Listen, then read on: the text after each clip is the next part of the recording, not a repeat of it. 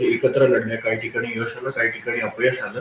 पण आता पुढची भूमिका तुमच्यावर मोठी एक जबाबदारी असेल पुन्हा एकदा. तर या सगळ्या गोष्टीत कधी या संदर्भातलं थोडं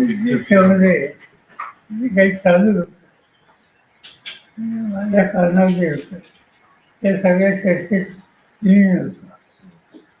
पण अजित दादा, जयंत चौकासी, शशिकांत शिंदे असे आमचे काही सहकारी याच्यात सतत होते आणि ते त्या सगळ्यांना एकत्रित करण्याच्या प्रक्रियेचा जवळ येऊन पोचले होते. शेवटचं विषय त्याने आम्हाला लोकांना केलं होतं. दरम्यान हा आघात झाला. साहेब, येत्या काळातल्या सगळं हे मोठी जबाबदारी पुन्हा एकदा सगळ्या तुमच्या पक्षातल्या लोकांवर असेलच.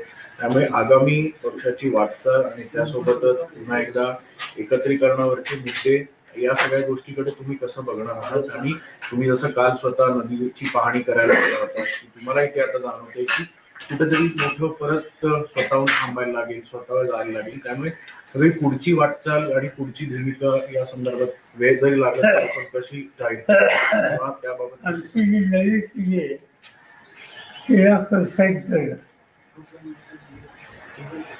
आणि अजित दादांच्या गाण्याला एक प्रचंड धक्का बसला.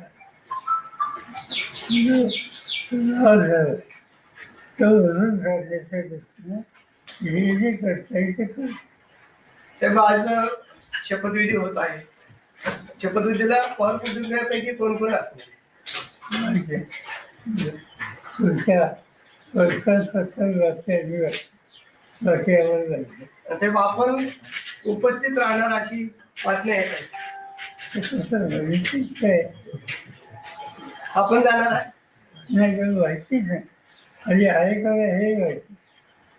साहेब, खरं तर या संदर्भात कुठली चर्चा झाली तर अजितदादांच्या जाण्यामुळे अनेक गोष्टी ज्या आहेत त्या वेगळ्या झाल्या असं दिसतं.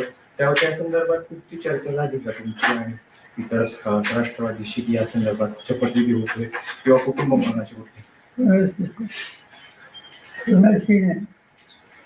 नरेश दादा काल आलते, सुप्रियाताई बी त्या नरेश दादा कोण हे मला माहिती.